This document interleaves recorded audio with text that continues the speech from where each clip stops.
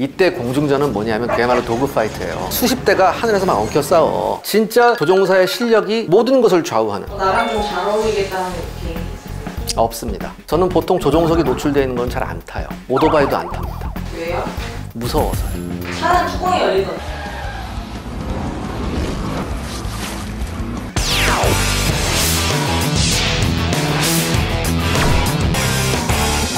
안녕하세요. 여러분들이 그렇게 고대하시던 순상 밀톡 시간이 다시 돌아왔습니다. 자, 오늘 살펴볼 영화는 2006년에 개봉했던 라파에트입니다. 1차 세계대전의 공중전을 다룬 영화라선 매우 오래간만에 나온 영화였죠. 독일군을 상대로 맹렬하게 싸운 미국인 최초의 전투비행단 라파에트에 대한 얘기입니다. 인류 최초의 공중전을 대단히 낭만스럽게 표현하려고 했어요. CG도 좋았고 다 좋았어요. 근데 시나리오가 영 별로라고.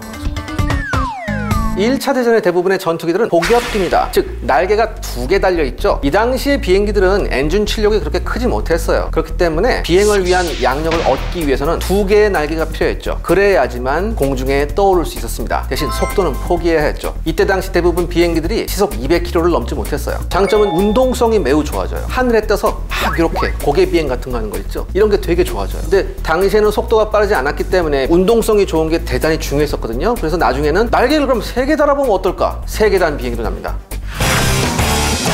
자, 첫 번째 소개해드릴 비행기는 영국제 비행기입니다. Saab with 1.5 Struter라는 아주 긴 이름을 가지고 있는 전투기죠. 당시 영국군 주력 전투기였습니다. 1명이 타는 경우도 있고 2명이 타는 경우도 있는데 2명이 타면은 확실히 무게 때문에 운동성이 떨어지긴 해요. 단 2명이 타면 좋은 건 있죠. 적 비행기가 자기 꼬리에 붙었을 때가 조종사로서는 가장 싫은 순간이잖아요. 그럴 때 후방에 있는 기관총 사수가 적 비행기를 쫓아버릴 수 있죠. 운이 좋으면 격추시킬 수도 있고.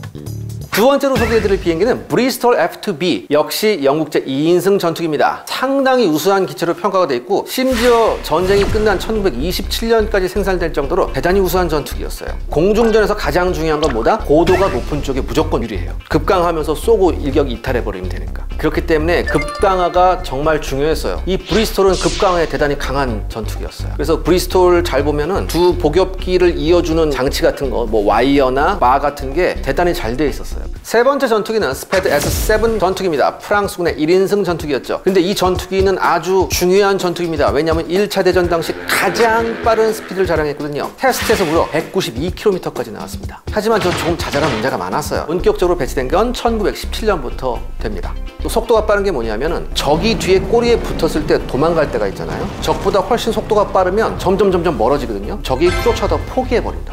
심지어 영국군도 이 전투기를 사용했고요. 독일군한테는 정말 공포의 대상이었어요. 드디어 나오죠. 1차 대전 독일군 전투기의 아이콘이었죠. 빨간색을 칠했던 호카 드라이데커 3엽기입니다. 유명한 그 붉은 남자 리트호펜도 이 전투기를 아주 애용했었죠. 이 날개가 3개였기 때문에 진짜 운동성이 아주 놀라웠다고 하고 최고 속도 역시 185km로 아주 준수했습니다. 하지만 근데 문제가 조금 있었어요. 그때 당시에 많은 그 1차 대전 그 비행기들이 내구성에 문제가 있었어요. 특히 비행기가 어떨 때 급강화할 때 날개가 파괴되는 경우가 정말 많았습니다. 이 내구성 문제를 해결하기 위해서 드라이데커 같은 경우에 대량 배치를 못했어요. 대량 배치를 만약에 했었더라면 제공권이 독일군한테 넘어갔었고 그렇게 되면 전쟁이 더 길어질 수가 있었죠. 자, 다음으로 소개해드릴 전투기는 뉴포르 17 전투기입니다. 프랑스군 초기 전투기였죠. 근데 요거 잘 보시면 제가 사진을 2개 준비했습니다. 초기형하고 후기형이 있는데 초기형은 날개 위에 기관총이 있어요. 자, 1차 대전 초기에 공중전을 하려고 하는데 문제가 있었죠. 조종사들이 기관총을 쏘려면 자기 시선하고 일치되게 기관총을 쏴야 되죠. 그러려면 기수 앞에 기관총을 놔야 되는데 이런 문제가 생겨요. 기관총이 프로펠러에 맞아버리니까. 그러니까 어떻게 날개 위에다 달았다고 처음에. 비행기를 타고 갑니다. 적이 나타났어요. 조종관 놓고서 위로 올라가서 쏜다. 여간 불편한 게 아니에요.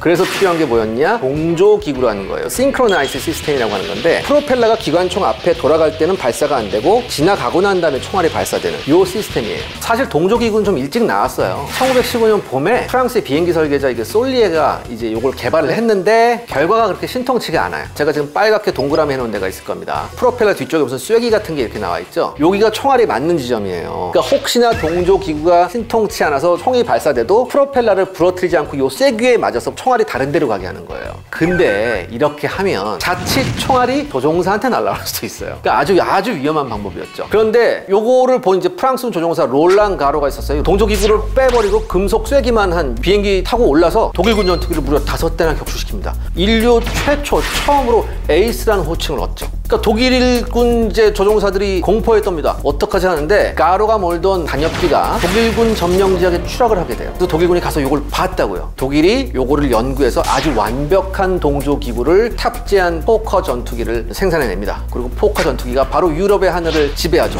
이때부터 포커의 징벌이라는 얘기가 나왔습니다. 순상 밀톱을 유튜브에서 주로 여러분 보시잖아요. 페이스북에서도 나온다네. 나는 페이스북을 안 하거든. 여러분들 페이스북에서 이 순상 밀톱 보시면 좋아요 좀 눌러주십시오. 그리고 저기 뭐야, 이게 국방부 어플리케이션에도 이걸 볼 수 있다고 하네요. 자, 이거 이적 사람들도 좀 먹고 살아야 되지 않겠습니까? 여러분들 좀 많이 좀 도와주십시오.